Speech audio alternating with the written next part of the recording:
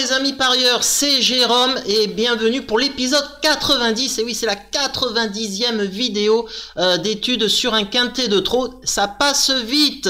Alors, qu'est-ce qu'il y aura au sommaire? Il y aura le débrief du trophée vert de lundi. Il y aura la présentation du quintet de ce mercredi, le GNT.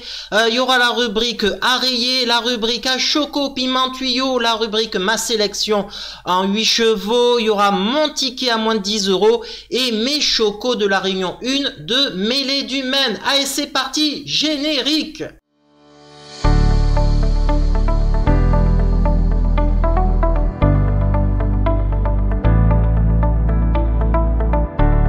Allez, le débrief, comme d'habitude, mes résultats en toute transparence. Alors, hier, ça nous a donné un quintet qui était pas évident à trouver parce qu'il y avait deux gros tocards à plus de 20 contre 1 et à 36 contre 1 et il n'y avait même pas de grands favoris à moins de 7 contre 1.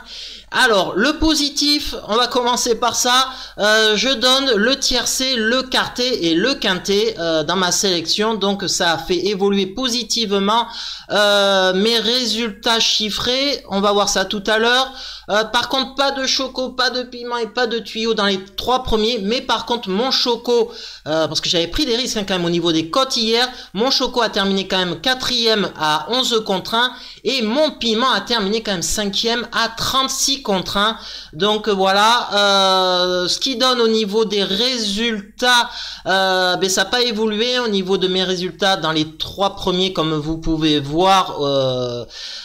Pour les chocos piment tuyau et pour la victoire forcément ça n'a pas évolué. Par contre ça évolue positivement pour mes 89 quintets de trop que j'ai donné, puisque ça fait le 28e tiercé, le 40e quartet, le 52e quintet que je donne donc sur 89 quintets de trop. Donc ça c'est très bien. Et hier le choco de la Réunion de Cran, il a été fautif, mon choco, aïe il s'est mis à la faute. Donc pour la peine je vous donne 3 chocos pour se refaire la cerise en fin de vidéo. Allez, c'est parti pour l'étude du quintet. C'est le GNT à Mêlée du Maine. C'est le grand national du trot. Ce mercredi, c'est à Mêlée du Maine. 16 participants. Comme vous pouvez voir, il y a 3 entraîneurs confiants. Rafestin pour le 2 Gilor de Viva avec Emoji Vert, le 7 Indy de Gire et le 10 Bull du Vivier. Et 4 Emoji rouges, Impala de Val, Gaspard de Vrillon, Gaspard d'Angis et Idéal du Chêne, donc en numéro 11, 14, 15 et 16. Et effectivement, je pense quand même qu'on a beaucoup de chevaux à rayer et ça c'est génial. Déjà, je pense qu'on peut y rayer le 1, Isa de Margas. Dans les 3-4 premiers, il sera pas là. Après, la 5e place, on sait jamais dans la vie, mais bon. Le 1, je n'y crois pas. Ensuite, on peut éliminer le 9, Gazelle de Val, c'est un cheval de trop monté. Hop. Le 11, on peut l'éliminer, Impala de Val. Le 12, on élimine Hippopo, Force en crainte. Le 14, Gaspard de Vrillon. Le 15, Gaspard d'Angis. Et le 16, Idéal du Chêne. Ça fait quand même le 1, le 9, le 11, le 12, le 14, le 15, le 7, le 16... 7 chevaux qu'on peut éliminer, il n'en reste plus que 9 et il va falloir faire un petit tri sélectif.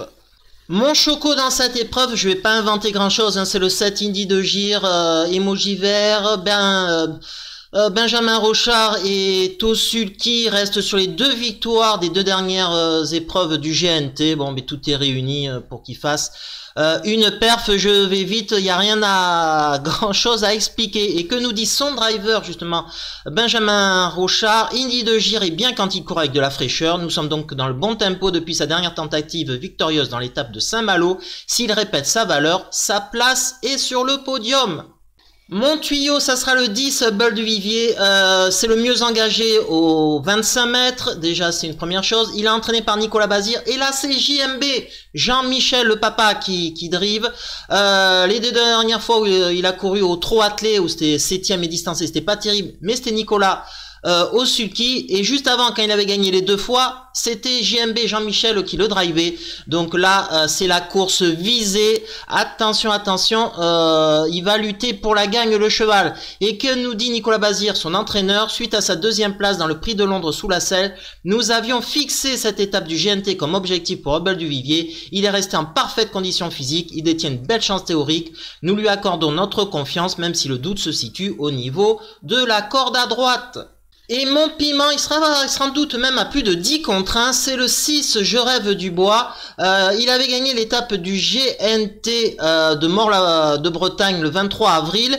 Et ensuite, eh bien, c'était plutôt pas mal, dans le sens où il a été 3e au Sable d'Olonne. Puis ensuite, il a fait des parcours remontés. Et la dernière fois, il a été fautif à Vincennes. Anthony Barrier le connaît parfaitement. Je fais confiance à sa drive.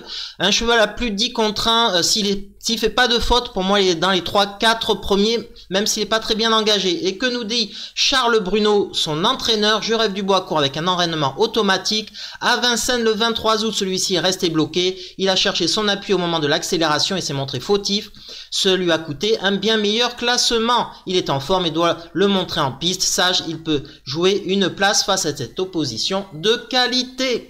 Et donc ma sélection en 8 chevaux. Le 7, Indy de Gire, j'en ai parlé. Le 10, Bol du Vivuy, j'en ai parlé. Le 6, Je rêve du bois, j'en ai parlé. On va vite. Ensuite, le 8, Horatius Della, il fait toutes ses courses. Donc pour les 5 premiers, c'est quand même un cheval plutôt fiable.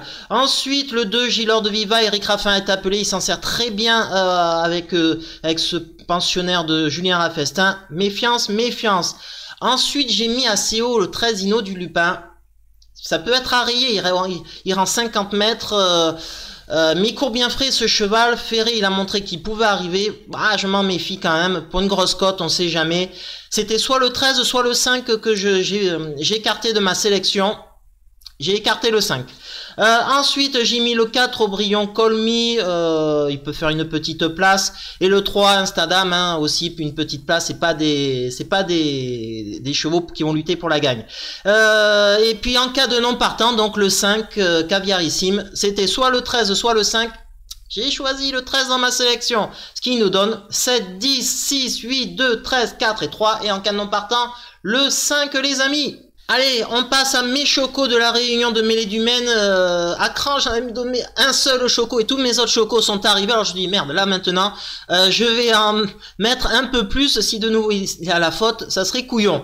Alors, il y en a 3 que je vais vous citer, les amis. Dans la 6e, le 608, donc Jablot du Chêne, un cheval très performant au trot monté.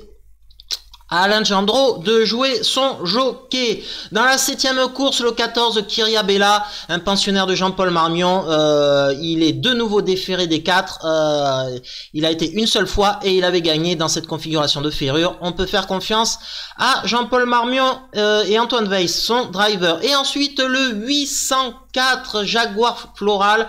Ah, ça se joue honnêtement entre Jag Royal et Jaguar Floral. Ce sont deux chocos, hein.